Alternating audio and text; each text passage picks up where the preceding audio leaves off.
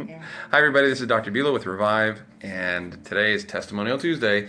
So I have a really great patient today. Her name's Jan, and she's been through a lot, dealing specifically with the neck and shoulders. So I'm going to switch the camera around so she can introduce herself, and she'll tell you a little bit about what she's been going through. We might have a little chat, and hopefully you'll find some information valuable. And if you have any questions, leave them in the comment section below, either live while we're feeding or later, and I'd be happy to answer them. So I'm going to switch it around now, and let's see, there we are, there's Miss Jan. So Jan, if you could just tell everyone just a little bit about what was going on before you started Upper Cervical Care. Last couple of years I was dealing with some very severe neck pain, even had to use my hands to lift my head off the pillow. That's pretty intense. To find a sweet spot of comfort to try and get some sleep.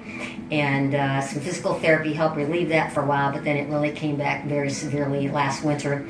And I remember waking up one day in February and thought I was having a heart attack. The pain was so severe from the rib cage all the way around to the back, and most severe in my shoulder blade. It was causing me to have shortness of breath, and I thought I was having a heart attack. Scary stuff. I thought, well, I'll take an Advil, see if it eases up with a heating pad, and it did. But then I realized I really needed to find something very particular for my healing. How did you find out about Upper Cervical Care? Actually, I found out talking to a friend when I went to a music festival down in Lexington, Kentucky, who had been to one of the first upper cervical doctors in near Dayton, Ohio. And she was telling me post-cancer treatment, how she had come across him and how he and his staff had been such an amazing help for her. So then reaching out through extended nursing care through his facility. And she said, give it a try. So I did, and 5 months later, I can move my neck 90 degrees either way with no pain. I've had, since my first adjustment, I've had absolutely no shoulder blade pain whatsoever. That's exciting. That's exciting. It was like a new lease on life. Yeah. And now it wasn't always sunshine and rainbows. You know, how were those first few weeks? I mean, we had some ups and downs. Yeah. We had a few ups and downs. And it's not, because that's, some people don't realize that, you know, real restoration sometimes can be really just amazing. Things clear up great. Other things, depending on how long the problem's been there, can be a process. I mean, you had a lot going on, and so it's been pretty amazing to see, though. What was it like for you here in this clinic at Revive? Like, what was that first few days like? How's it?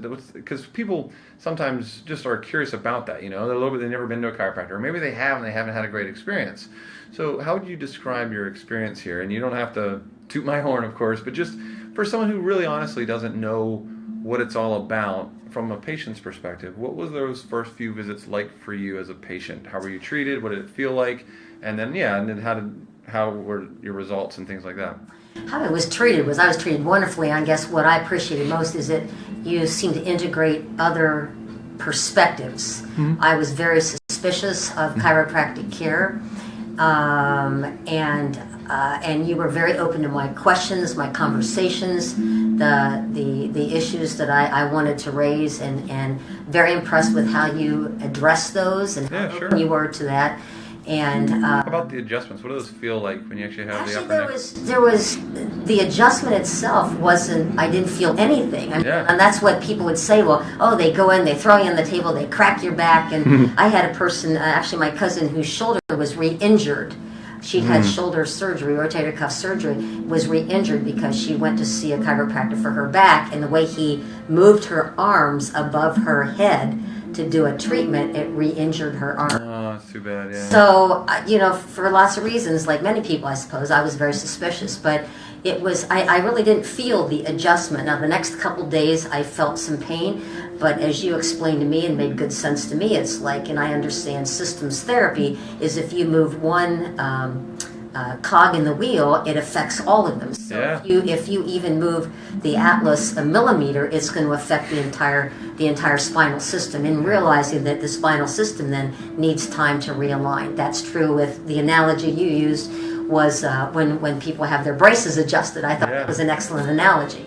There's pain for a couple of days until things finally shift back into place where they should be, where they belong. So that analogy was very appropriate for my way of understanding.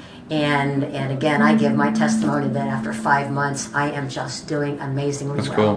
That's great, Jan. And I appreciate It's you nice sharing. to be pain-free. Yeah. It's a miracle. To me, this has been a miracle. Well, the body's a miracle. We just It get to is. work with it, you know? You just have to appreciate what can be done. And Yeah. there's many ways to approach healing, and to me, this is a very important one. Well, that's awesome. Any closing thoughts or any words of encouragement for folks that are going through things that you were going through? Because you know what it's like. I mean, when you're in constant pain, Yeah. it can get a little dark and scary. So, in closing, I mean, any final words for anybody that may be in a similar place? I guess when I was just out listening to the video, the gentleman said, "Don't give up." Yeah, right. If traditional medicine has not helped you and you're sick of popping pills, and you think about the anatomy of the importance of the atlas and the axis, and everything comes through that channel, even back up to the brain.